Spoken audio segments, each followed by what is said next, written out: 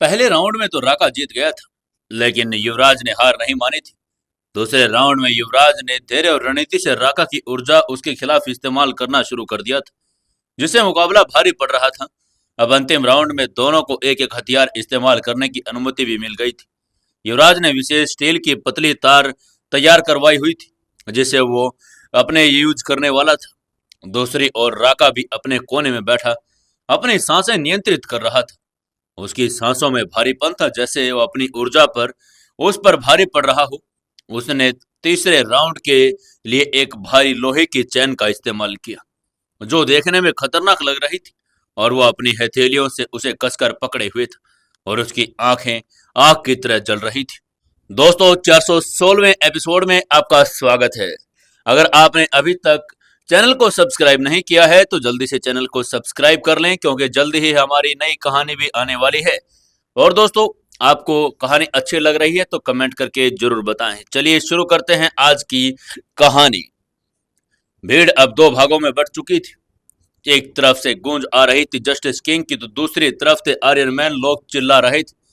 पूरे स्टेडियम में गूंज की चीखों ने बीच में रेफरी की अनाउंसमेंट हुई।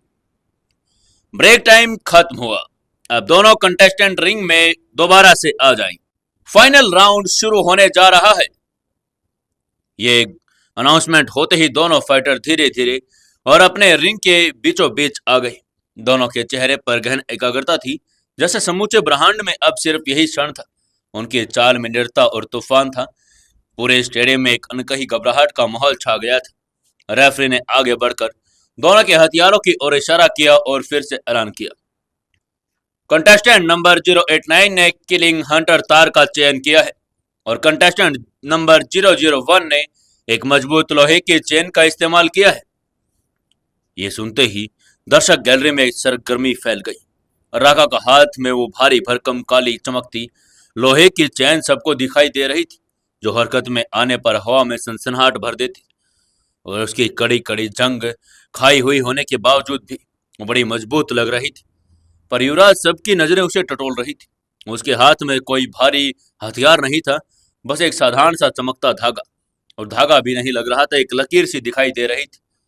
फिर रेफरी ने अपना हाथ नीचे किया और अनाउंसमेंट किया, फाइट शुरू होती है, फाइट स्टार्ट। और सीटी बजते ही एक दूसरे के ऊपर वो फाइटर टूट पड़े। राका ने तुरंत अपने चैन को पूरी ताकत से घुमाया और हवा चीख उठी। चैन के भारी फटकार से साथ युवराज के सिर की ओर आई, और एक झटके में उसे बेकार कर देने का इरादा साफ था। पर युवराज ने बिजली की फुर्ती दिखाई। उसने अपने बारीक तार को फुर्ती से लपेटते हुए हवा में ही चैन के रास्ते को रोक दिया। जन एक अदृश्य टकराव हुई, और फिर सबने देखा कि राका की चैन बीच में ही थम गई। राका हैरान था। उसने जोर से चैन खींची, पर उसे जवाब मिला एक ठोस अवरोध। वो वहीं पर उसकी चैन जकड़ गई थी। मुझे इस तार के माध्यम से उसकी ऊर्जा के वेग को नियंत्रण करना है। चैन के भारीपन को तार के लचीलेपन से मात देनी है। राका खुद से ही बुदबुदाया। उसने अपने अंदर की ऊर्जा को प्रवाहित किया। किलिंग हंटर तार के भीतर नीले रंग के एक महीन रेखा दौड़ गई, और उसकी स्प्रिंग फोर्स तकनीक थी, जिससे वो इस बार कुछ अलग करना चाहता था। युवराज अगर दिमाग में तेज था तो राका भी ब्रूटल शक्ति रखता था। एक गरजते वो फिर से चैन ने अपनी चारों ओर घुमाने लगा, इस बार इतना तेज कि वो हवा में झन्नाट उठने लगी। पर युवराज स्थिर रहा। उसने अपनी बारीक तार को एक सांप की तरह फैला दिया। हर बार जब चैन घूमती तो वह पतली तार उसके झटके को रोक लेता। हर चमक के साथ दर्शकों का रोमांच भी बढ़ता जा रहा था। किसी को समझ ही नहीं आ रहा था कि तार कैसे राका जैसे शक्तिशाली फाइटर की चैन को बार बार रोक रही थी। राका का चेहरा अब गुस्से से तमतमा रहा था। उसने गुस्से में चिल्लाकर कहा, अरे कायर, छुप कर वार करना बंद कर। युवराज हल्के से मुस्कुराया और बिना कुछ कहे अपनी स्थिति बदलता रहा। हल्का और फुर्तीला सा तैरता हुआ सा वो दिखाई भी नहीं दे रहा था। उसने जैसे वो खुद को जाल बुन रहा था। उसका मकसद थाफ के राकों को थकाना था, उसकी चैन को उलझाना था। युवराज ने मन ही मन सोचा, ताकत को ताकत से नहीं बल्कि बुद्धि से हराया जाता है पागल। वो यही सोच रहा था कि राका ने एक बार फिर अपनी चैन को ऊपर उछालते हुए युवराज के पैरों की ओर बढ़ा दी। ये वार इतना तेज था कि यदि उसको लग जाता तो युवराज का पांव ही टूट जाता। लेकिन युवराज ने अपनी तार को जमीन से करीब गोला बना लिया और चैन को बीच में ही वहीं पर फंसा दिया। एक बार फिर उसकी चैन रुक गई। राका ने जोर लगाया, चैन को खींचा, पर वो उलझ गई थी, जैसे किसी मकड़ी के जाले में फंस गई हो। उसने अपनी सांसों को नियंत्रित किया और अपनी कोर ऊर्जा को केंद्रित किया। युवराज अब अंदर ही अंदर से अपने आप को तैयार कर रहा था कि वो किस तरीके से राका को एक ही झटके में खत्म कर दे। उसने अपनी नाभि के नीचे डॉन्टियन बिंदु पर ध्यान केंद्रित किया और वहां से उसकी आंतरिक ऊर्जा संचालित होती रही। हर सांस के साथ उसके कमर, कंधे और पैर अब एक अदृश्य रिदम में बनते चले जा रहे थे। और भीतर ही भीतर युद्ध के लिए जी रहा था। राका ने गुस्से में आकर अपनी सारी ताकत पर एक जगह एकत्रित की और जोर से झटका मारा। एक के बाद एक भारीपन ने तार के दबाव डाल दिया। युवराज को भी पहली बार संघर्ष करना पड़ा। उसके भी हाथ कांप गए थे। पर तभी युवराज ने आंखें बंद की, गहरी सांस ली और अपने डॉन्टियन ऊर्जा को प्रभावित करते हुए अपने पूरी शक्ति तार में उड़ेल दी। तार नीली बिजली की तरह चमक उठी और चैन को पीछे उसने एकदम से विस्फोट के साथ धकेल दिया। राका लड़खड़ा गया। उसका हाथ झटका खाकर पीछे चला गया। उसके आंखों में अविश्वास आ गया था। ये कैसे हो सकता है? उसने अपने आप से एकदम कहा। फाइट अब युवराज के पक्ष में झुकने लगी थी। राका की सांसें तेज हो रही थी। उसके वार अब सीधे हुए नहीं थे और जितने शुरू में थे। युवराज अपने कोर को मजबूत करते हुए आगे बढ़ता ही जा रहा था। दर्शकों को धीरे धीरे समझ आ रहा था कि ये तार साधारण नहीं है। ये किलिंग हंटर असल में एक जीवित हथियार था। जैसे जैसे तीसरे राउंड के 5 मिनट पूरे होने को आए थे, वैसे वैसे युवराज ने अपनी तार में राका को चैन के पूरी तरह से उलझा दिया था। अब राका की चैन और उसकी सबसे बड़ी ताकत उसकी कमजोरी बन चुकी थी। युवराज ने शांत स्वर में कहा, अब तो फाइट भी खत्म होने वाली है। चिंता मत करो राका, तुम्हें तो मैं देख कर रहूंगा। इधर युवराज के चेहरे पर इतना कॉन्फिडेंस देखकर दर्शकों की गूंज भी उठने लगी थी।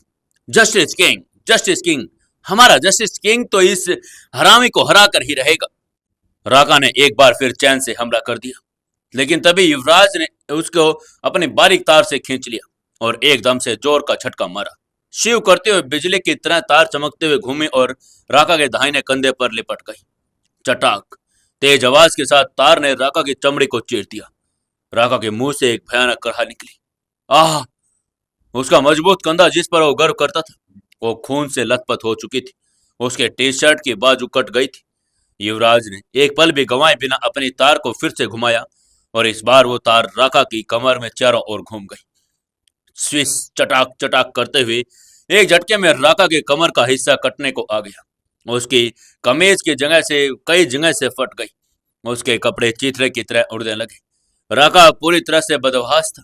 उसकी आंखों में क्रोध और भय का अजीब मिला जुला भाव आ गया था। युवराज भी अब पूरी तरह से आक्रामक मोड में आ चुका था। वो जानता था कि अब यह उसका मौका है राका को हराने का और उसका अहंकार मिटाने का। युवराज ने अपने कदमों से रिंग के चारों ओर गोल गोल घूमते हुए तार को एक साथ घेरा बनाना शुरू कर दिया। हर बार जब वो राका उस घेरे के बाहर निकलने की कोशिश करता, तार उसे एक नई जगह पर चोट पहुंचा देता। शिव करता हुआ उसकी कभी तो नीचे टांगों पर लगता, तो कभी उसकी बाजू को काट जाता। राका की हालत दयनीय हो गई थी। उसका मजबूत शरीर जगह जगह से खून से लथपथ हो गया था। उसके भारी चेन बेबस पड़ गई थी और वो युवराज ने एक कदम आगे बढ़ाते हुए ठंडी आवाज में कहा, 001, मैंने तुम्हारी ताकत तुमसे छीन ली है। अब वक्त है तुम्हें असली दर्द दिखाने का, तुम्हारा अहंकार मिटाने का।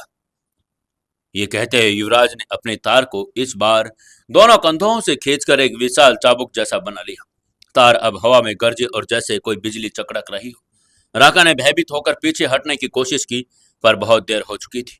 शिव, धड़ाम! तार एक भयानक तेज के साथ राका की छाती पर आकर गिरी। उसकी त्वचा चीरती हुई राका का बदन कांप उठा और वो घुटनों पर आ गिरा। उसकी छाती से खून की एक मोटी धार बहने की। पर युवराज यही नहीं रुका। एक बार फिर उसने शिव तार के उसकी पीठ पर मारी और उसकी जांघों पर और उसकी गर्दन के पास। बालों को छूते हुए हर प्रहार के साथ राका टूट गया था। अब उसके शरीर पर शायद कोई जगह बची थी जहां कपड़े सही सलामत थे। उसकी कमीज फट गई थी। क्या लगता है दोस्तों आपको, उसके बाद भी क्या राका खड़ा हो पाएगा? क्या होगा आगे कहानी में? जानने के लिए जुड़े रहिए अपनी इस कहानी बेमानी मोहब्बत के साथ। दोस्तों 417वें एपिसोड में आपका स्वागत है। चलिए शुरू करते हैं कहानी। अब रिंग में सिर्फ युवराज ही विराज हो रहा था। राका घुटनों के बल पड़ गया था। उसके हाथ चैन में उलझे हुए थे और वो घायल हो गया था। युवराज ने गहरी सांस ली। उसने अपने किलिंग हंटर तार को एक आखिरी बार फटकारा और विजेता अपने हाथों को सलामी दी। फिर वो धीरे धीरे राका के पास पहुंचा, एक शिकारी की तरह जिसने अपना शिकार पूरी तरह से जकड़ लिया था। उसने तार को राका की गर्दन के चारों ओर लपेट दिया और सिर्फ इतना कसाव दिया कि उसके शारीरिक दर्द का एहसास हो और जानलेवा नहीं। हार मान ले 001, वरना अगला वार तेरी चेतना छीन लेगा। युवराज ने आवाज लगाते हुए राका की ओर देखा। राका ने अपने अंतिम बचे हुए अहंकार के साथ सिर उठाने की कोशिश की, पर उसकी आंखों में हार का अंधकार साफ झलक रहा था। दर्शकों ने भी ये देख लिया था। पूरा स्टेडियम अब जस्टिस किंग कंटेस्टेंट नंबर 089 के नारों से गूंज उठा था। राका ने कांपती हुई आवाज में कहा, मैं मैं हार मानता हूं। रेफरी ने तुरंत अनाउंसमेंट की, कंटेस्टेंट नंबर 001 ने हार मान ली है और इसलिए इस फाइट के विजेता हैं कंटेस्टेंट नंबर 089। रिंग के बीचों बीच खड़े युवराज ने चारों ओर एक सुनहरी आभा सी फैल गई। उसकी सांसें अभी भी तेज चल रही थी। शरीर पसीने से भीगा हुआ था। कुछ जगहों पर उसकी कमीज भी फटी हुई थी, लेकिन उसकी आंखों में एक अदम्य चमक आ गया था। राका को बुरी तरह से हराने के बाद सिर्फ उसका ही नहीं बल्कि उसकी पूरी टीम का सिर भी गर्व से ऊंचा हो गया था। राधिका, रोशनी, सिंधु, राशि दौड़ते हुए रिंग के किनारे पहुंची। उनकी आंखों में आंसू थे खुशी के। राधिका तो बिना रुके रिंग पर चढ़ गई और बिना कुछ कहे युवराज के सामने आ गई। उन दोनों की नजरें का मिलना ही काफी था। कोई शब्द नहीं, बस दिलों की धड़कनों ने सब कुछ बयां कर दिया। तब स्टेडियम के वीआईपी सेक्शन से एक गंभीर तेज कद काठी वाला व्यक्तित्व आगे बढ़ा, सीनियर अभिमन्यु। उसने गहरे नीले रंग के पारंपरिक मार्शल आर्ट रोब का उसका आश्रम का चिन्ह चमक रहा था। उनके चाल में गरिमा थी और चेहरे पर गर्व। पूरे स्टेडियम ने देखा कि मार्शल आर्ट की दुनिया का एक प्रतिष्ठित फाइटर अपने जूनियर की ओर बढ़ रहा था, जिसकी विजय गाथा आज इतिहास रचने जा रही थी। सीनियर अभिमन्यु के हाथ में एक भव्य ट्रॉफी थी, सोने के रंग में चमचमाती हुई, जिसके ऊपर दो फाइटरों की आकृतियां बनी हुई थी, जो एक दूसरे से भिड़ती हुई प्रतीत हो रही थी। ये ट्रॉफी केवल विजेताओं को नहीं बल्कि उन फाइटरों को दी जाती थी जो सच्ची भावनाओं से लड़ते थे। रिंग के बीचों बीच पहुंचकर सीनियर अभिमन्यु ने अपनी गंभीर आवाज में घोषणा की, इस वर्ष मार्शल आर्ट प्रतियोगिता के विजेता युवा फाइटर कंटेस्टेंट नंबर 089 और उनकी टीम शिवाय है। ताली की गड़गड़ाहट से पूरा हॉल थर्रा उठा। हर कोई अपने स्थान से खड़े होकर उनको कांग्रेचुलेट कर रहा था। कई सीनियर फाइटरों ने अभी आंखों में सम्मान था, जिनके शिष्यों ने भी भाग लिया था, पर उनकी शानदार जीत कोई नहीं ला कर सका था। सीनियर अभिमन्यु ने आगे बढ़कर वो ट्रॉफी युवराज को दे दी। युवराज ने श्रद्धा से झुककर उन ट्रॉफी को सम्मान से लिया, फिर सीनियर अभिमन्यु के चरणों में झुक गया। उनके इस भाव से न केवल मार्शल आर्ट की मर्यादा को निभाया, बल्कि दर्शकों के दिलों में भी एक गहरी छाप छोड़ दी थी। सीनियर अभिमन्यु ने उसे उठा लिया और कंधे पर हाथ रखकर बोले, तुमने आज न केवल अपना बल्कि अपने गुरु, अपने कुल और अपने सीनियर का मान बढ़ाया है जूनियर। ये कहते कहते उनकी आवाज भीगने लगी थी। उनकी आंखों में खुशी के आंसू बहने लगे थे। जब बरसों पहले उन्होंने अपने गुरु वीर प्रताप सिंघानिया यानी युवराज के दादा से अलग हुए थे, तब वो एक ही सपना देख रहे थे कि उनके आश्रम से कोई ऐसा शिष्य निकले जो वर्ल्ड लेवल पर उनका और आश्रम का नाम रोशन कर सके। पर समय ने कई बार उन्हें धोखा दिया। आज इतने वर्षों के बाद युवराज ने सब सपने को साकार कर दिया था। तभी अजगो ने एक सदस्य एक सुनहरे रंग का फोल्डर लेकर आया। उसके भीतर चमचमाती हुई सिफारिश का फॉर्म था। वर्ल्ड मार्शल आर्ट चैंपियन में प्रवेश करने के लिए वो जरूरी ही था। सिर्फ एक फॉर्मेलिटी बाकी थी, सीनियर अभिमन्यु के हस्ताक्षर। आयोजकों ने आदरपूर्ण फोल्डर सीनियर अभिमन्यु के हाथ में दे दिया। अभिमन्यु ने उसे खोला, एक नजर युवराज की ओर देखा और उनकी आंखों में प्रेम और गर्व था। उन्होंने बिना किसी झिझक के पूरे विश्वास के साथ फॉर्म पर हस्ताक्षर कर दिए। हर स्ट्रोक के साथ एक जैसी सदी और कसक मिट रही थी। उनके हस्ताक्षर के साथ वो आधिकारिक हो गया था और सबको पता लग गया था कि अब मार्शल आर्ट चैंपियनशिप में भी युवराज हिस्सा लेगा। हॉल में फिर से जोरदार तालियां गूंजने लगी। आखिरकार जब सारी फॉर्मेलिटी हो गई तो प्रतियोगिता समाप्ति की अनाउंसमेंट भी हो गई थी। सभी विजेताओं और उनके गुरुओं का सम्मानित भी किया गया था। सीनियर अभिमन्यु और उनकी टीम को विशेष रूप से मंच पर बुलाया गया और श्रेष्ठ प्रशिक्षण संस्थान का सम्मान भी प्रदान किया गया। उनके वर्षों की तपस्या का सजीव प्रमाण था। नीचे आते हुए सीनियर अभिमन्यु ने एक ही वाक्य कहा, आज मेरी आत्मा को शांति मिल गई। युवराज ने सिर झुकाकर उन्हें प्रणाम किया। उसके लिए ये एक पल सिर्फ जीत नहीं थी, उसके गुरु, दादा, परिवार और स्वयं अपने अस्तित्व की स्वीकृति थी। कमरे में पहुंचते ही सबने अपने अपने बिस्तरों पर गिरकर लंबी सांस ली। एक मीठी थकान थी। राधिका धीरे से मुस्कुराई। उसकी आंखें नम थी, लेकिन चेहरे पर अपार संतोष झलक रहा था। आसमान भी जैसे गर्व से चमक रहा था। सिंधु और राशि एक दूसरे से हंसी मजाक कर रही थी, लेकिन बीच बीच में चुपचाप आंखों से आंसू पोंछ लेती, जिन्हें कोई देख न ले।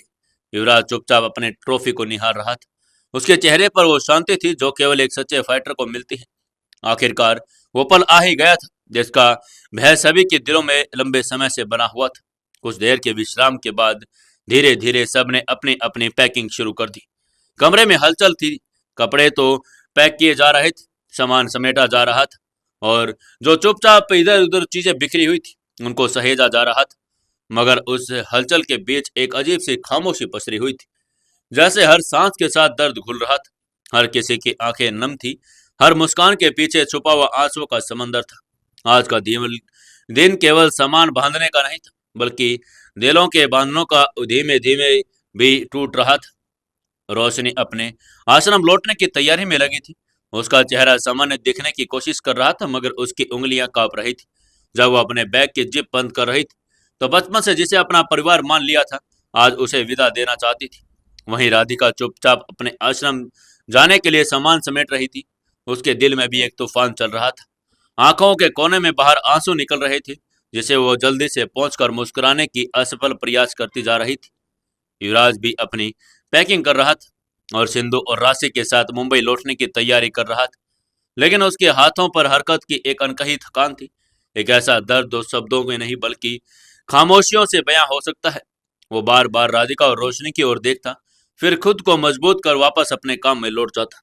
जब सबकी पैकिंग हो गई तो राधिका खुद को रोक नहीं पाई। वो धीमे कदमों से युवराज के पास आई। उसकी आंखें झील से भीगी हुई थी। युवराज ने उसकी ओर देखा और उसकी आंखों में उठन साफ झलक दिखाई दे रही थी। वो बस शब्दों में नहीं कह पा रहा था। राधिका ने लड़खड़ाती आवाज में कहा, यु युवराज, मैं तुमसे अलग नहीं होना चाहती युवराज। युवराज ने उसकी आंखों में गहरे झांकते हुए उसके कांपते हाथों को अपने हाथों में ले लिया। उसके स्वर में एक टूट वादा था, एक ऐसा वादा जो सच्चे दिल से निकला था। उसने कहा, राधिका, दोस्ती कोई दूरियों से थोड़ी टूटती है। तुम चाहे जहां भी रहो, मैं हमेशा तुम्हारे साथ रहूंगा, हमेशा तुम्हारा दोस्त बनकर, तुम्हारा सहारा बनकर। हर एक दिन एक दूसरे के साथ टच में रहेंगे, बात करेंगे, मिलेंगे भी। ये जो रिश्ता है हमारा, और ये कोई दूर नहीं तोड़ सकती। राधिका बस उसकी आंखों में देखती रही, जहां वचन से ज्यादा कुछ और ही था। एक ऐसा अपनापन जो सब केवल महसूस किया जा सकता था। पीछे खड़ी रोशनी भी यह दृश्य देख रही थी। उसकी आंखों में भी आंसू आ गए थे। सिंधु और राशि भी चुपचाप एक कोने में खड़ी वही नमी आंखों के साथ सब कुछ देख रही थी। मगर फिर भी बिछड़ने का दुख कम नहीं था। कमरे में एक अजीब सी चुप्पी छा गई थी। सब कुछ जैसे थम सा गया था। राधिका ने धीमे से झुककर युवराज के कंधे पर सर रख दिया। उसकी हल्की सिसकी ने युवराज का दिल और भी कंपा दिया। उसने दोनों हाथों से राधिका के सिर को थाम लिया। उसे एक पल के लिए दुनिया की सारी तकलीफों से दूर उसकी बाहों में समेट लिया था। राधिका, मैं वादा करता हूं, तुम्हें कभी अकेला महसूस नहीं होने दूंगा। तुम चिंता मत करो। राधिका ने आंखें बंद कर ली, जैसे वो उस पल को हमेशा के लिए अपनी आत्मा में बसा लेना चाहती हो। थोड़ी देर बाद रोशनी ने आकर दोनों कंधों पर हाथ रखा और हौले से मुस्कुराई। उसके मुस्कान में अभी भी नमी थी। उसे भी युवराज से जाने का दुख तो हो रहा था, मगर वो हिम्मत बांधने की कोशिश कर रही थी। उसने कहा, हमें मजबूत बनना होगा राधिका, हम ऐसे नहीं कर सकते। हमारी राहें भले अलग हो, पर हमारे दिल तो हमेशा जुड़े रहेंगे ना। सबने एक दूसरे की ओर देखा और मुस्कुराने की कोशिश की। दिल तो चाह रहा था कि इस समय यहीं रुक लिया जाए, पर पल कभी नहीं बीतते। इंसान को उन राहों पर चलना ही पड़ता है, चाहे दिल कितना भी रोए। और धीरे धीरे सबने अपने अपने बैग उठाए। वो आखिरी पल था जब वे एक कमरे में साथ ही थे, राधिका ने आखिरी बार जब उस जगह को देखा तो जहां उसने इतनी यादें संजोई थी, उसके कदम भारी से हो रहे थे। वो आगे बढ़ने का नाम ही नहीं ले रहे थे। धीरे धीरे वो गेट के पास पहुंचते पहुंचते राधिका के आंसू अब बेकाबू हो गए थे। युवराज ने उसका हाथ थामा और एक आखिरी बार गले लगा लिया। सिंधु और राशि भी रोते हुए गले मिली। रोशनी ने सबको अपनी बाहों में समेट लिया। हम फिर मिलेंगे दोस्तों, युवराज ने कहा और उसके भी आवाज में कंपन था। हाँ, बहुत जल्द हम जरूर मिलेंगे, कहीं ना कहीं तो मिल ही जाएंगे। आपकी बार राधिका ने हंसने की कोशिश की और फिर सबने एक दूसरे को विदा कर दिया। अब क्या करेगा युवराज मुंबई आकर? क्या मुंबई में अपने बिजनेस को संभाल पाएगा? और उसका बिजनेस कैसा हो गया है अब मुंबई में? कहीं वो चौपट तो नहीं कर दिया उसके कुणाल ने? जानने के लिए जुड़े रहिए कहानी के साथ। दोस्तों, 418वें एपिसोड में आपका स्वागत है। चलिए शुरू करते हैं कहानी। रात की चांद की सुनहरी किरणें बादल की ओर से झांकने के नाकाम कोशिश कर रही थी। उस सन्नाटे के बीच युवराज की काली एसयूएस की घरघराहट गूंज रही थी। वो तेजी से मुंबई की ओर बढ़ रहा था। उसने अपने अगले सीट पर सिंधु बैठी थी और पीछे की सीट पर राशि अपने दोनों हाथों को गोद में भींचे हुए चुपचाप बैठी हुई थी। तीनों के चेहरे पर एक अजीब सी गंभीरता थी, एक बेबाक सा मिशन, एक डरावनी और अनहोनी की आहट चारों ओर महसूस हो रही थी। युवराज ने अभी अभी शहर की सीमा को पार कर लिया था जब अचानक उसके मोबाइल की रिंगटोन गूंज उठी। एक पल को लिए उसका दिल जोरों से धड़क उठा। उसने झट को गाड़ी साइड में लगा ली और सामने से गुजरते धुंधले पेड़ों के बीच उसने मोबाइल की स्क्रीन की ओर देखा और किसी अनजान नंबर से कॉल आ रही थी। युवराज की भवें सिकुड़ गई। आमतौर पर वो अनजान नंबरों को नजरअंदाज कर देता था, लेकिन इस समय का हर संकेत अहम लग रहा था। उसने गहरी सांस ली और कॉल रिसीव कर लिया। हेलो, उसने एक सीमित आवाज में बोला। जवाब में जो कुछ सुनाई दे रहा था वो रोंगटे खड़े कर देने वाला था। एक तीखी डरावनी हंसी, इतनी भयावह कि सिंधु और राशि दोनों का चेहरा सफेद पड़ गया। युवराज के हाथ भी एक पल के लिए कांप उठे, पर उसने खुद को संभाला और फोन के कान लगाए रखा। इंतजार करता रहे कि कोई कुछ बोले। कुछ देर के बाद वो हंसी रुकी और फिर एक घबराती खरखराती भयावह आवाज आई। ओ चिकने, तुझे क्या लगा था तू रानी को कैद कर पाएगा? पूरा अंडरवर्ल्ड मुझे दीदी कहकर बुलाता है चिकने, और तू उस रानी को तोड़ने की सोच रहा था।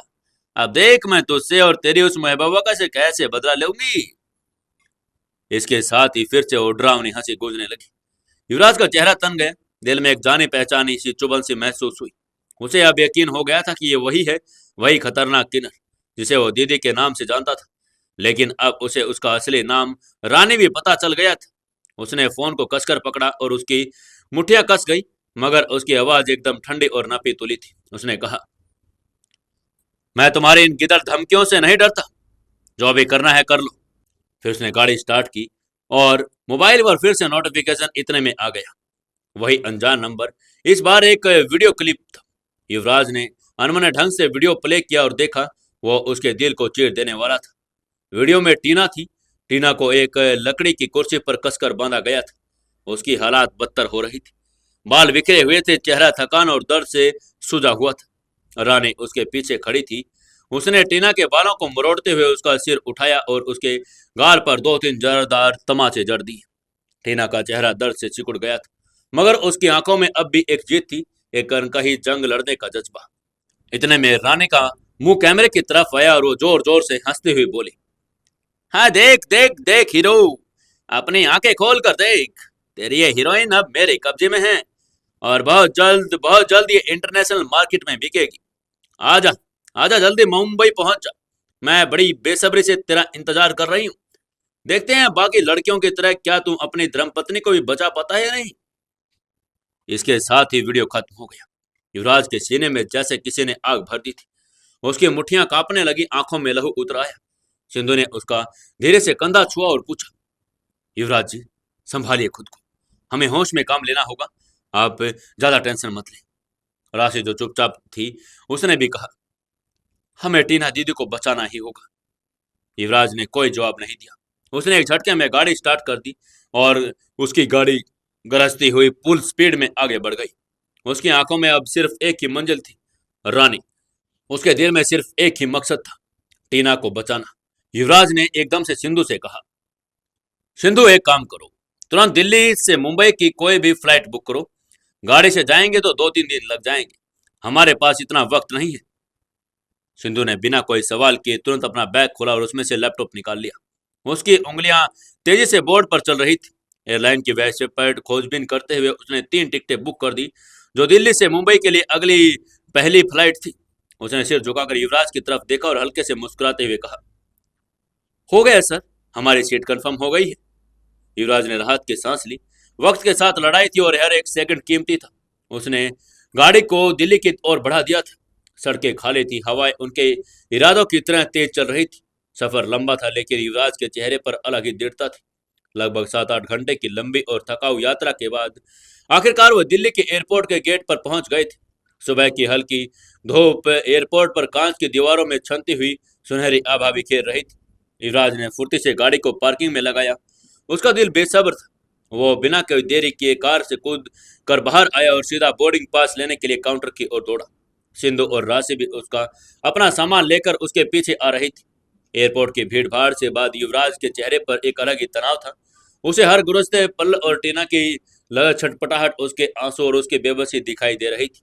कुछ ही देर में उन्होंने बोर्डिंग पास लिए और सिक्योरिटी चेक पार करते हुए फ्लाइट के भीतर बैठ गई। फ्लाइट ने रनवे पर दौड़ लगाई और फिर आकाश में उड़ गई। जहाज के भीतर एक अजीब सी बेचैनी थी। तीनों ने अपनी अपनी सीट बेल्ट बांध ली लेकिन किसी के चेहरे पर यात्रा का असामान्य राहत नहीं थी। युवराज की आंखें खिड़की से बाहर टिकी हुई थी, पर उसकी सोच कहीं और ही भाग रही थी। टीना के पास उस वीडियो के दृश्य में जहां वो रानी के चंगुल में थी। उन्हें यह भी बिल्कुल नहीं पता था कि कोई उनकी हर गतिविधि पर नजर रख रहा था। कोई साया जो उनकी हर चाल को जान गया था, जो हर पल उनके और उनके मिशन के बीच में दीवार बनने को तैयार बैठा था। लगभग 3 घंटे के बाद जब फ्लाइट मुंबई एयरपोर्ट पर लैंड की तो हल्की बूंदाबांदी हो रही थी। बादलों की गड़गड़ाहट में माहौल और भी भारी लग रहा था, जैसे जैसे कुदरत भी इस युद्ध के लिए चेतावनी दे रही थी। एयरपोर्ट से बाहर निकलते ही युवराज ने अपनी नजरें इधर उधर दौड़ाई। वो पहले ही अपने भरोसेमंद असिस्टेंट चंदन को बात कर चुका था कि वो गाड़ी लेकर एयरपोर्ट के बाहर ही रहे। जैसे वो बाहर आया, चंदन उसे दूर से पहचानते हुए लपका आगे आया। उसने आदर के साथ युवराज से बैग ले लिया और मुस्कुराते हुए बोला, सर, मैंने आपके कहे अनुसार सारी तैयारी पूरी कर ली है, अब बस एक्शन का इंतजार है। चंदन की आवाज में जोश था, जैसे वो किसी फिल्मी हीरो की तरह उत्साहित था। युवराज ने उसे एक तीखी नजर से देखा। मन ही मन सोचा, इसे क्या हो गया है? किसी ने इसके सिर पर चोट तो नहीं मारी? ये बच्चे जैसे बातें कर रहा है। पर इस समय युवराज के पास फालतू सोचने का वक्त नहीं था। उसे मालूम था कि हर क्षण टीना की जिंदगी से उसकी एक सांस कम कर सकता है। उसे फुर्ती से काम करना था। उसने चंदन को कोई जवाब नहीं दिया, सीधे पार्किंग में खड़ी काली एसयूवी की तरफ बढ़ गया और सिंधु और राशि उसके पीछे पीछे। जब सब कुछ गाड़ी में आ गए तो युवराज ने बिना समय गवाए स्टीयरिंग संभाल लिया और सिंघानिया हाउस की ओर बढ़ गई। कुछ ही देर में युवराज की गाड़ी सिंघानिया हाउस के बड़े से लोहे के फाटक के आगर आग रुक गई थी। हवा में एक अजीब सा सन्नाटा था, जैसे यहाँ हवाएं भी जानती हो कि आज इस घर में फिर से कोई तूफान आने वाला था। युवराज 1 महीने बाद अपने घर लौटा था। यह वही घर, वही दहलीज जिसे छोड़ते समय उसने वचन लिया था कि जब वो अपने परिवार रावत परिवार से सुरक्षित बचा नहीं लेगा, तब तक चैन की सांस नहीं लेगा। गहरी सांस लेते हुए युवराज ने गाड़ी का दरवाजा खोला और भारी कदमों से घर के भीतर चला गया।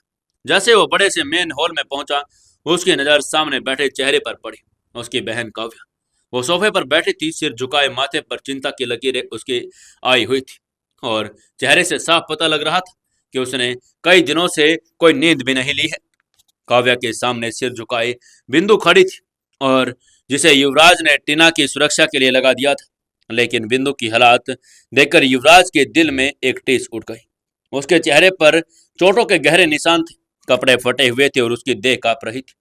युवराज ने बिना एक पल गवाए तेजी से कदम बढ़ाए और बिंदु के सामने आकर खड़ा हो गया। उसकी आवाज कठोर थी लेकिन भीतर से दर्द ने उसे तोड़ दिया था। उसने आते ही कहा, बिंदु, बिंदु क्या हुआ? मैंने तुम्हें टीना के साथ रहने को कहा था, फिर भी वो किडनैप कैसे हो गई? बिंदु ने डरते डरते सिर उठाया और उसके चेहरे पर पश्चाताप था।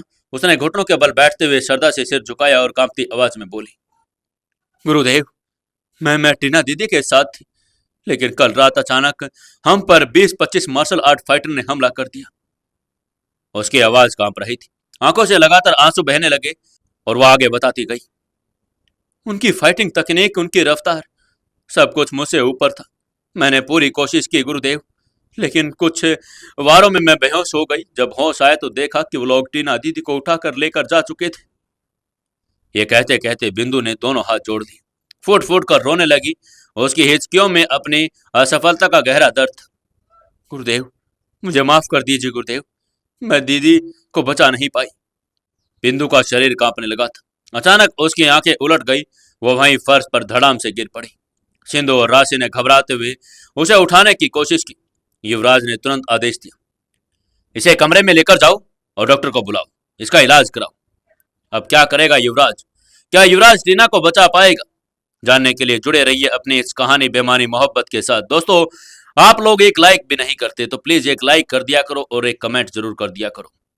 दोस्तों, 419वें एपिसोड में आपका स्वागत है। चलिए शुरू करते हैं कहानी। युवराज के शब्दों में गुस्सा नहीं था, एक ऐसा है बेचैनी थी। वो जानता था कि इस समय बिंदु को कोसने से कुछ नहीं होगा। जो होना था वो हो चुका था। अब केवल आगे बढ़ने और टीना को बचाने की लड़ाई ही बची हुई थी। जैसे ही उसने सिंधु और राशि को कहा कि वो बिंदु को अंदर ले जाए, तो सिंधु और राशि ने मिलकर बिंदु को सहारा दिया। उसे धीरे धीरे उठाकर भीतर कमरे में ले गई। पूरे हॉल में एक अजीब सा सन्नाटा पसरा। युवराज वहीं सोफे पर बैठ गया, काव्या के पास। उसने सिर झुकाया और गहरी सांस ली। मुठियां भींच गई थी, हर नस मानो अब आग उगल रही थी। कुछ पल बाद युवराज ने अपनी दृष्टि चंदन की ओर घुमाई, जो चुपचाप एक कोने में खड़ा था। उसने कहा, चंदन, जल्दी से वसीम भाई को बुलाओ। उसे कहो कि मैं वापस आ गया हूं और तुरंत मिलना चाहता हूं। चंदन ने सिर झुकाया और कहा, जी सर, मैं अभी कॉल कर देता हूं। युवराज ने एक बार फिर अपनी आंखें बंद की। मन ही मन वो टीना के चेहरे की छवि को याद कर रहा था। उसकी हंसी, उसकी नटखट बातें, और वो बस वही दर्दनाक चेहरा उसके सामने आ जाता। टीना। युवराज के होठों पर बमुश्किल से एकदम टीना का नाम आ गया। उसकी आंखों में एक खामोश प्रतिज्ञा चमक आ गई। इस बार या तो तुझे वापस लेकर आऊंगा या खुद को ही मिटा दूंगा। वो अपने आप से इस तरह की बातें सोचने लगा था। चंदन का चेहरा गंभीर था। उसने युवराज के आदेश को दिल से लिया था और फिर एक पल की देरी किए बिना मोबाइल से वसीम भाई का फोन नंबर डायल कर दिया। उंगलियां तेजी से चल रही थी, लेकिन मन में एक अजीब सी घबराहट थी। वो जानता था कि वसीम भाई से संपर्क करना आसान काम नहीं था। वो शख्स जो परछाइयों में जीता था, जिसका हर कदम कानून और जुर्म की बेहद महीन रेखा से चलता था। मोबाइल कान से लगाते हुए चंदन ने 2-3 बार बेचैनी से इधर उधर देखा। कॉल एक बार, 2 बार, फिर तीसरी घंटे के बाद आवाज आई। हाँ, कौन?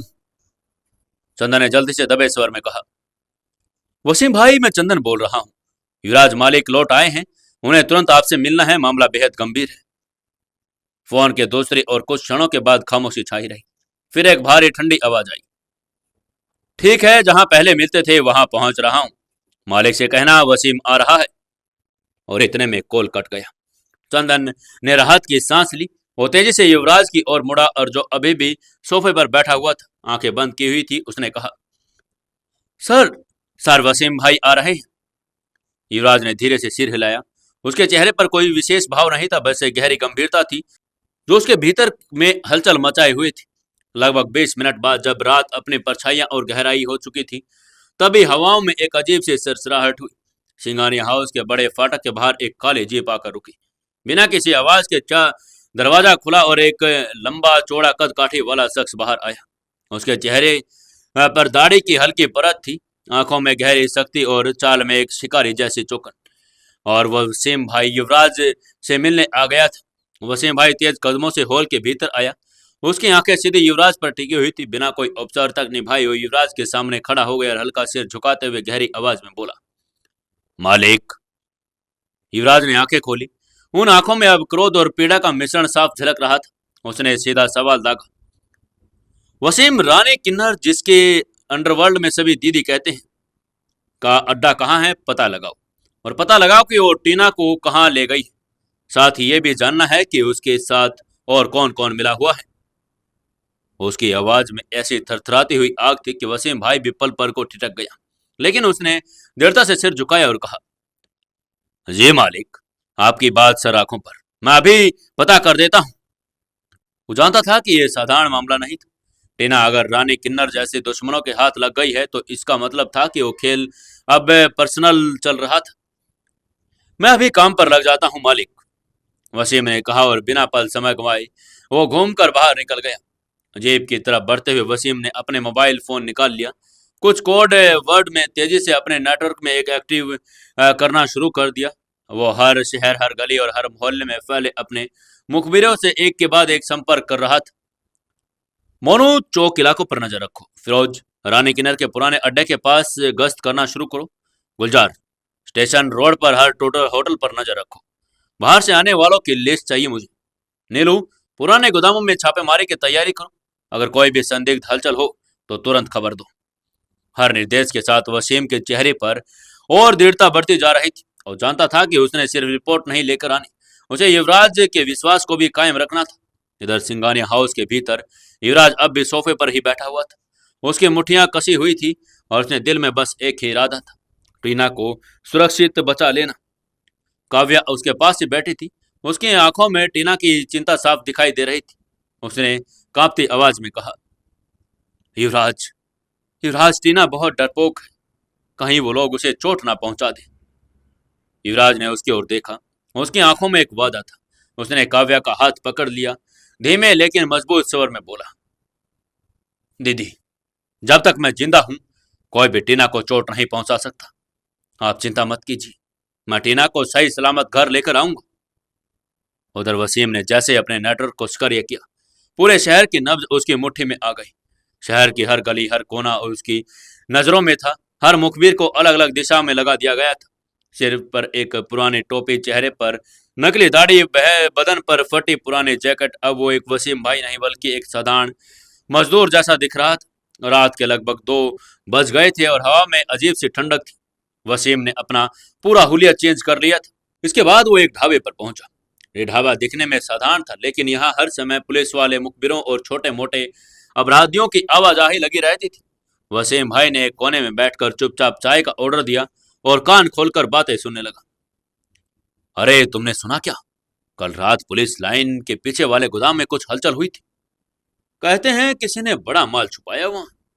माल नहीं भाई, अपों ने सुना है कि कोई बंधक बनाकर लेकर आया किसी को। इन टुकड़ों टुकड़ों में मिली बातों ने वसीम के कान खड़े कर दिए थे। उसने चाय का पैसा वहीं पर दिया और बिना कुछ कहे उठकर ढाबे के पीछे वाली संकरी गली में गुम हो गया। वो जानता था कि असली खबरें इस तय पर नहीं मिलती, उसे खोदना पड़ता है। गली के अंदर पहुंचते हुए जर्जर बिल्डिंग के नीचे खड़े मोनू से मिला। मोनू पुराने गोदामों के हलचल पर नजर रखता था। जैसे ही मोनू और वसीम की आंखें मिली तो मोनू ने बोलना शुरू कर दिया, भाईजान, भाईजान, एक बड़ी खबर मिली है। कल रात को कुछ गाड़ियां आई थी। अंदर से आवाजें आ रही थी जैसे कोई लड़की चीख रही हो। फिर मैंने देखा रानी किन्नर का आदमी झुमरू भी वही था। वसीम भाई ने मोनू की बात पर गहरी नजर डाली। तुमने ठीक से तो देखा था ना? उसने गहरी आवाज में कहा। हाँ भाई, हाँ, झुमरू को तो मैं पहचानता हूँ। नाक पर बड़ा सा कट है उसके। वही था, मोनू ने डरते हुए कहा। साथ में कुछ और लोग भी थे भाई, जिनकी चाल ढाल से साफ पता था कि वे पेशेवर फाइटर हैं। वसीम भाई ने मोनू के कंधे पर हाथ रखा और कहा, बहुत अच्छा है, बहुत अच्छा काम किया तूने। आप चुपचाप गायब हो जा, और हाँ, कोई पूछे तो कह देना तुमने कुछ नहीं देखा। मोनू सिर हिलाता हुआ अंधेरे में गायब हो गया। अब वसीम भाई का शक यकीन में बदल चुका था। रानी किन्नर ने टीना को पुलिस लाइन के पिछले वाले पुराने गोदाम में छुपा रखा था। सिर्फ इतना ही नहीं, वो इस काम में अकेली नहीं थी। कुछ खतरनाक फाइटर भी उसके साथ थे। यानी मामला सिर्फ किडनैपिंग का नहीं, किसी बड़े षड्यंत्र का था। लेकिन वसीम भाई ने सिर्फ इतना जानना काफी नहीं था। उसे यह भी जानना था कि उस गोदाम के अंदर किस तरह की सुरक्षा है, ताकि युवराज को पूरी जानकारी की खबर दे सके। वसीम ने अगला कदम उठाया। वो पुराने गोदाम के करीब एक सुनसान मकान की छत पर चढ़ गया। वहां से उसे पूरा इलाका साफ नजर आ रहा था। उसने अपनी दूरबीन निकाली और गोदाम के चारों ओर नजरें दौड़ाई। उसने देखा कि गोदाम के चारों कोनों पर हथियारबंद पहरेदार तैनात थे। बीच बीच में एक पैदल गश्त लगाने वाले कुछ लोग जो हर 2 मिनट में एक बार परिक्रमा कर रहे थे। छत पर 2 शार्प शूटर भी अपने राइफल्स के साथ बैठे थे। सबसे बड़ा खतरा, गोदाम के चारों ओर इलेक्ट्रिक फेंसिंग भी लगी हुई थी। ये साधारण अपहरण का मामला नहीं था, यह किसी बड़े प्लान का हिस्सा था। वसीम भाई ने जानकारी अपने दिमाग में दर्ज कर ली। फिर उसने अपने मोबाइल में से एक कोडेड मैसेज युवराज को भेज दिया। शिकारी ने शिकार को ढूंढ लिया। इलाका घिरा हुआ है, प्लान बनाना होगा। आदेश की प्रतीक्षा में। वसीम भाई ने अंधेरे में अपनी जान हथेली पर रखकर उस इंसान इलाके से निकल गया। हर कदम पर उनका दिल बेतहाशा धड़क रहा था। कहीं कोई गलती हुई तो कहीं उसके फुलादी सीने पर कोई वार न कर दे। वो जानता था कि अब वक्त बहुत कम है। दांव पर केवल टीना ही नहीं बल्कि दर्जनों मासूम लड़कियों की जिंदगी भी होगी। रात के करीब 3:30 बज गए थे। सिंघानिया हाउस के दरवाजों पर वैसे तो रात में दरवाजे बंद रहते थे, लेकिन जैसे ही गेट कीपर ने वसीम भाई की झलक देखी, उसने फौरन दरवाजा खोल दिया। उसकी आंखों में एक अजीब सी बेचैनी थी, जैसे उसे भी किसी अनहोनी का आभास हो रहा था। वसीम भाई बिना एक पल गवाए दौड़ते हुए अंदर घुसे। हॉल में गुप्त अंधेरा था, बस एक कोने में धीमी लाइट जल रही थी। वहां एक ऊंची कुर्सी पर युवराज बैठा हुआ था। सिर झुकाए, दोनों हाथों की उंगलियां आपस में गोती हुई थी और आंखों में तेजी से बदलते विचारों की आंधी। सिंधु और राशि पास में बैठी थी। उनके चेहरे पर गहरी थकान और चिंता की लकीरें थी। जैसे ही वसीम ने कमरे के अंदर कदम रखा, युवराज ने फौरन सिर उठाया। उसकी निगाहें वसीम भाई से मिली और एक ऐसी निगाह में जिसकी उम्मीद चमक आई थी। अब क्या करेगा युवराज? क्या युवराज आज ही हमला करेगा या फिर बाद में करेगा? क्या होगा वहां पर?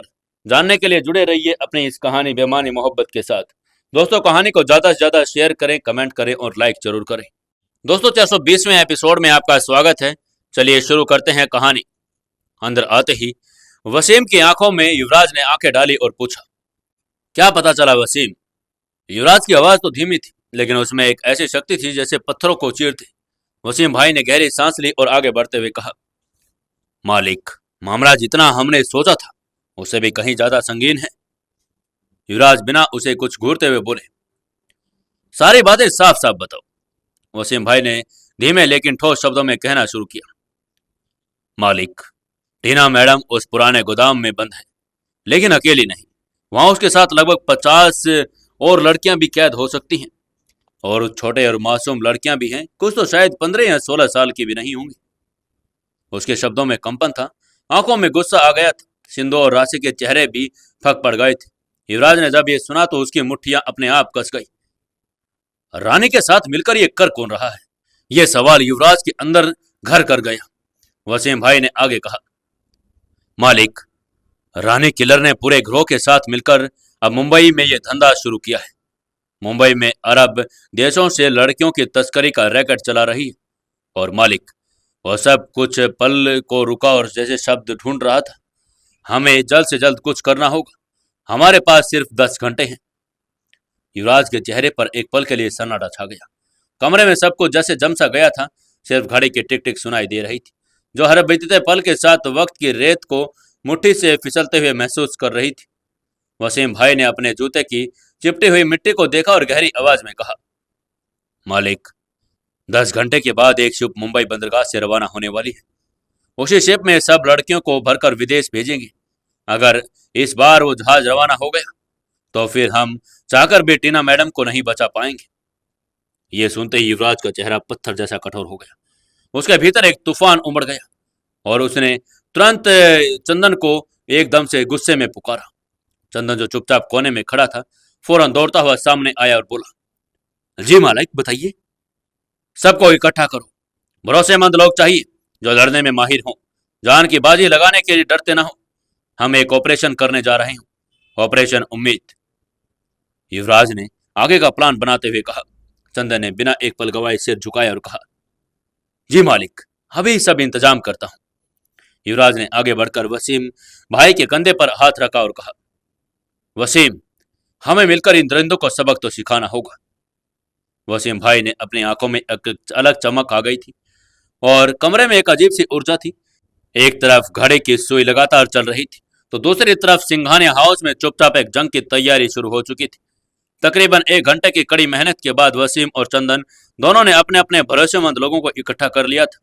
हवा में एक अजीब सी बेचैनी थी, जैसे कोई तूफान उड़ने वाला हो।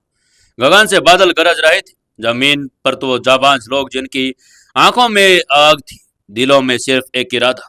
सिंघानिया हाउस के पिछवाड़े पर बने विशाल गैरेज में एक के बाद गाड़ियों के इंजन गरजते हुए लगातार गाड़ियां पहुंच रही थी। हर गाड़ी से 6-6, 8-8 जवान आ रहे थे। उनके चेहरों पर गंभीरता थी। चंदन और वसीम ने सबको 2 लाइनों में खड़ा कर दिया था।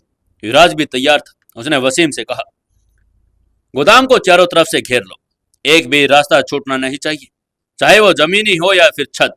कोई भी गुप्त मार्ग क्यों ना हो। फिर उसने चंदन की ओर देखा और कहा, चंदन, तुम गोदाम के चारों ओर घूमकर पता लगाओ, कहीं कोई खुफिया दरवाजा, सीक्रेट दरवाजा या अंडरग्राउंड सुरंग तो नहीं।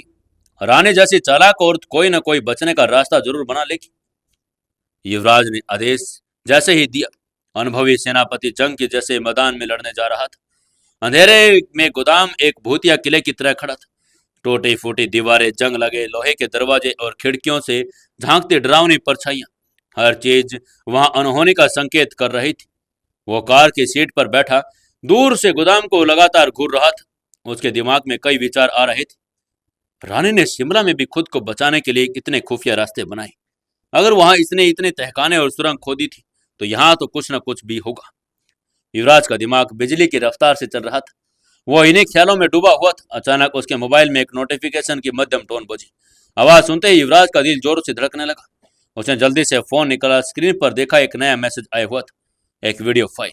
उसने फौरन फाइल ओपन की। वीडियो चालू होते ही सामने जो मंजर आया उसे देखकर उसकी नसों में खून खोल उठा। वीडियो में साफ दिख रहा था, रानी किन्नर एक गंदे से कमरे में थी। कमरों की दीवारों के बीचों बीच एक बड़ा सा आयरन का कंटेनर पड़ा था, टीना बेहोशी की हालत में, और रानी और उसके दो लड़के द्वारा उस कंटेनर के अंदर वो उसको घसीट रहे थे। टीना के चेहरे पर चोटों के निशान थे, उसके कपड़े फटे हुए थे, बुरी तरह से सहमी हुई थी। वीडियो में रानी का वो कुटिल चेहरा स्क्रीन के बिल्कुल पास था। उसने कमरे की ओर देखकर ठहाका मारा और कहा, अब मैं देखती है तेरी बीवी तुझे कहाँ मिलेगी। ये तो गई बेटा। इतना कहकर वीडियो खत्म कर दिया। युवराज के दिल में जैसे आग सी लग गई। उसने गुस्से में दहाड़ते हुए अपने गाड़ी के डैशबोर्ड पर जोरदार घूंसा मारा और उसका चेहरा तमतमा गया। टीना के उसके रिश्ते भले ही गहराई से न थे, ये वो मोहब्बत भी नहीं थी, लेकिन फिर भी वो उसकी पत्नी थी और घर की इज्जत भी थी। युवराज की आंखों में अब सिर्फ नफरत और गुस्सा ही चल रहा था। उसने गाड़ी से उतरकर आसमान की ओर देखा। बादल गरज रहे थे, बिजली चमक रही थी, मानो कुदरत भी उसके दर्द को महसूस कर रही थी। कुछ दूर वसीम भाई खड़ा था। उसने कहा, मालिक, हमने गोदाम को पूरी तरह से घेर लिया है। चंदन भी आया और उसने कहा, मालिक, गोदाम के पीछे एक पुराना वेंटिलेशन शाफ्ट है, शायद उसी से रानी भागने की कोशिश कर सकती है। युवराज ने गहरी सांस ली। अब वक्त आ गया था एक आखिरी फैसला लेने का, आखिरी वार करने का। उसने सबको इकट्ठा किया और धीमी आवाज में बोला, सुनो सब, आज की रात हमारी इज्जत और हमारी इंसानियत, हमारी बहने बेटियों की अस्मिता की रात है। अगर आज हम चूक गए तो पूरी जिंदगी खुद को माफ नहीं कर पाएंगे। जो भी हो, हमें उन लड़कियों को बचाना है, टीना को बचाना है और रानी रानी को उसके गुनाहों की सजा देनी है। कोई दूसरी ये अगर सोचे तो हजार बार सोचे, ऐसा काम कोई कर ना पाए। उसकी आवाज गर्जत से भरी हुई थी। हर आदमी के दिल में एकदम से जोश भर आया। हर कोई दांत पीच कर तैयार था कि अब तो वो उसको मारकर ही दम लेंगे। युवराज ने फिर से कहा, चलो, आज रात तो जीत होगी या फिर जान जाएगी। युवराज ने अपने पूरे दल को ध्यान से देखा। हर किसी की आंखों में एक अनकहा वादा था। धीरे से युवराज ने सबको इशारे बुलाया और गंभीर आवाज में बोला, तुम सब बाहर से पूरे गोदाम पर नजर रखो। अब जरा भी खतरे की बू आए, अगर कोई भी हलचल दिखे तो बिना सोचे समझे तुरंत अंदर आ जाना। इस बार कोई चूक नहीं होनी चाहिए। हर आदमी ने गर्दन झुकाकर हाँ मालिक कहा और हथियारों की चमकती मेटल की टॉर्च की हल्की रोशनी पड़ रही थी। सबकी सांसों में एक लय चल पड़ रही थी। युवराज ने वसीम भाई और चंदन को साथ लिया और चुपचाप गोदाम के मेन गेट की ओर बढ़ चला। हर कदम में एहतियात थी और हर नजर में सजगता। वक्त जैसे थम गया था। सभी के दिलों की धड़कनें आवाज में जो थी वो साफ सुनाई दे रही थी। जैसे ही वे गोदाम के दरवाजे के नजदीक पहुंचे तो हट्टे कट्टे गुंडे वहीं जो तैनात थे, उनके चेहरों पर एकदम खतरनाक मुस्कान आ गई। जैसे ही उन्होंने सोचा कि 3 लोग या क्या को खाड़ लेंगे, वो आगे बढ़कर युवराज और उसके साथियों को रास्ता रोकने लगे। ए रुको, अंदर जाने की हिम्मत कैसे कर रहे हो कौन तुम, यहाँ कैसे आ गए? लेकिन इससे ही पहले वो कुछ बोलते और हाथ बढ़ाते, वसीम भाई ने बिजली की रफ्तार से कदम बढ़ाया। उसने एक ही झटके में एक गुंडे की गर्दन पकड़ी और अपने पैरों को संतुलन से बनाया और तेजी से घुमा दिया। उसकी सांसें वहीं पर रुक गई। दूसरे गुंडे ने उसने एक ताकतवर जर्क के साथ सीधा नीचे गिरा दिया। वो दर्द से करहाते हुए जमीन पर लौटने लगा। पूरा मंजर बस चंद सेकंड में ही बदल गया। जिस जगह कुछ पल पहले चुनौती थी, अब वहां दर्द था। युवराज ने एक हल्की सी मुस्कान के साथ वसीम भाई की तरफ देखा। उसकी आंखों में तारीफ थी और जुबान में सिर्फ दो शब्द निकले, बहुत अच्छा। वसीम भाई ने सिर झुकाकर आदर का जवाब दिया। मालिक अब्बास आपसे ही सीखा है, यही थोड़ा बहुत तो। युवराज ने सिर हिलाया और आगे बढ़ने का इशारा किया। अब दरवाजा उनके बिल्कुल सामने खुला हुआ था, लेकिन उसके पार क्या था ये कोई नहीं जानता था। धीरे धीरे तीनों ने कदम अंदर रखे और गोदाम के भीतर घना अंधेरा था। पुरानी लकड़ियों की महक, जंग लगे लोहे की बदबू और कहीं दूर से आती चूहों की चिरचिराहट माहौल को और भी डरावनी बना रही थी। हल्की हल्की मध्यम रोशनी में पुराने टूटे हुए बॉक्स, जंग लगे कंटेनर और लोहे के भारी भरकम स्ट्रक्चर नजर आ रहे थे।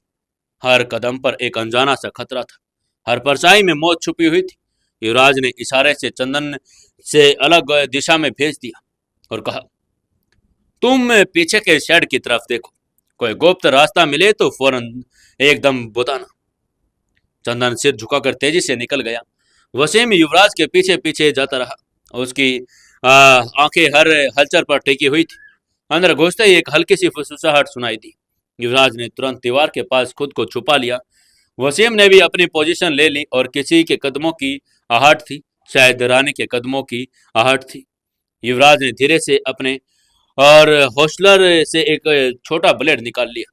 वो भली भांति जानता था कि अब लड़ाई एकदम से चुपचाप करनी होगी, और दीवार के सहारे रेंगता हुआ उस ओर बढ़ गया जहां से आवाज आ रही थी। एक गार्ड अपने हथियार को चेक कर रहा था। बेखबर की मौत उसके पीछे ही खड़ी थी। युवराज ने बिजली की गति से गार्ड को काबू कर लिया और उसका मुंह दबाया और एक सधे हुए वार से उसको बेहोश कर दिया। गार्ड नीचे गिर पड़ा बगैर कोई आवाज किए। वसीम भाई ने आते ही उस गार्ड को एक कोने में खींच लिया ताकि कोई उसे देख न ले। सभी हरकतें इतनी चुपचाप और स्ट्रिक्ट थी कि अगर उसके कोई पास भी खड़ा होता तो उसे भी शक नहीं होता। अब क्या करेंगे ये? क्या वो टीना को बचा पाएंगे या नहीं? क्या वो रानी को मार पाएंगे या नहीं? जानने के लिए जुड़े रहिए कहानी के साथ। दोस्तों, कहानी को ज्यादा से ज्यादा शेयर करें, कमेंट करें और लाइक जरूर करें।